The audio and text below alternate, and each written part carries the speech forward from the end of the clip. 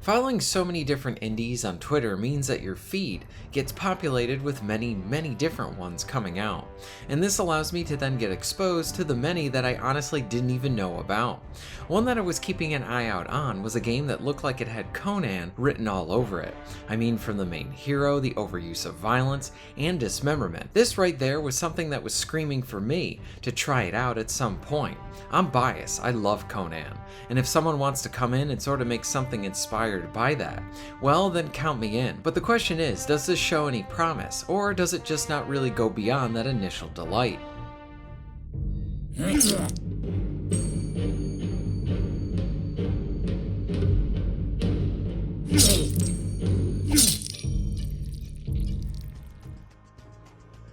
So Crowned in Steel is a new Souls-like, and its demo was recently released on PC.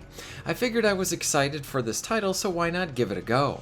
From the initial outset, I found this game to be both fun, familiar, and janky all at the same time. I did feel like I was playing another Souls-like, a fun one, and one within its very early stages for its demo and even development. Do not expect a very polished game, but the time that I spent with it, I was having fun with it. There were things that I questioned about it and how things would even work in the final game, but overall I can kinda see where this is going. Props are given to the fact that this demo does not waste your time.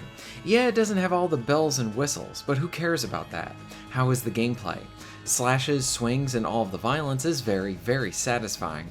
You can hack off pretty much all manner of limbs, along with parts of limbs. You're a big dude, very strong, and you feel it with each one of your hits. While I haven't been able to determine if this is going to have that interconnectedness of the genre in here, the environments I went through I thought were interesting, along with how it hints to other areas that you may not be able to get to right away. The violence is most certainly very fun.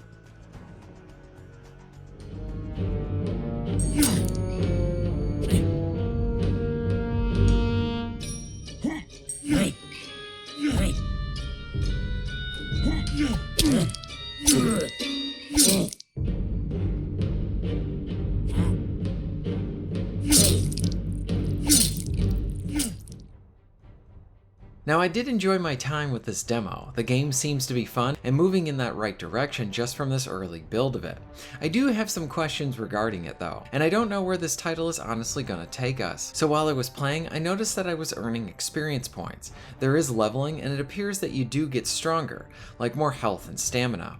But something I wonder about related to the leveling is this going to be an area with any sort of player choice in how you upgrade? So let me elaborate. With the full game, will it allow us to allocate points to different stats after you level up? Meaning, can I say favor a build that's more of a warrior, that has considerably more stamina than health? Or will I be able to make them into a slow-moving tank?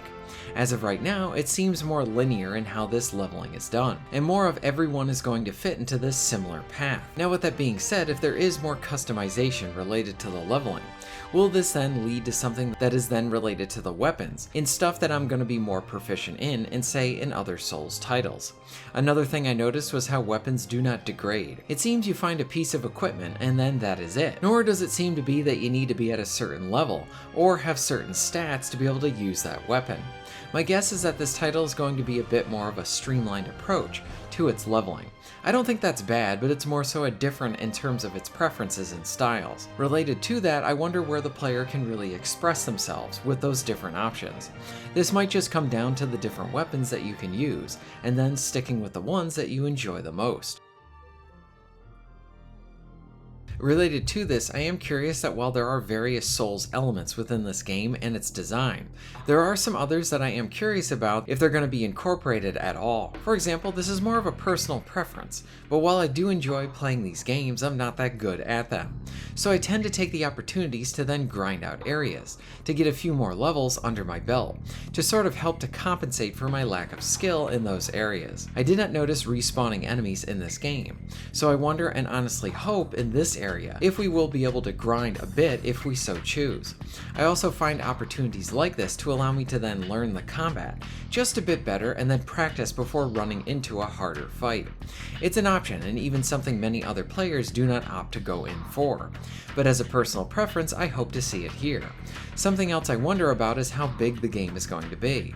Is the entire thing going to be interconnected, or more of these isolated levels? Will it only be a single player game? Are there going to be any armor options, any weapon crafting or tweaking? For example, like if I find a sword and I really like it, can I improve the stats of that sword through gems or other materials? Will there be anything like a New Game Plus option? It's a fun title, just from its demo, rough for sure, but this is an early demo, so I would expect some of that stuff too. I do have my bias, as I'd like to see a Conan game be more of an action game, like something from the older Conan titles, but going in this Souls route, so far it seems to fit pretty well too.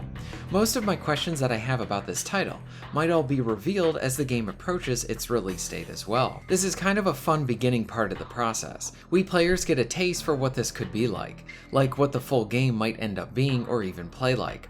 So in that way we're also eager to know more, and honestly see more of it as it pertains to this title. Either way, I'm interested in this one. Plus I really like the main menu theme. It's very, very Conan-like. A nice touch. Something that I think is worth bringing up is how yes, there is a stamina bar, but it really only comes into play when you're in battle. You can run around without your stamina going down, but then once you alert an enemy, if you even move, that will drain your stamina.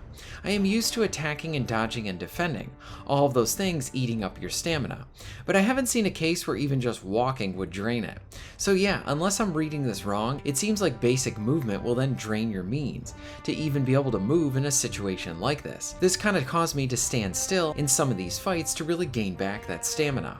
Honestly, this feels like an odd design choice, and I wonder if this is just an oversight since this is an early demo. To the game and the developers' credit, they have already worked to address much of the feedback from the demo too, and I've run through it again after it's received some of its patches, and it's already feeling smoother.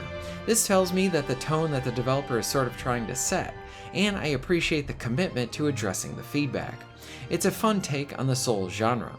More time with the full game will help us determine how unique it ends up being, especially compared to others within this space. But either way, I'm going to keep an eye out for this one.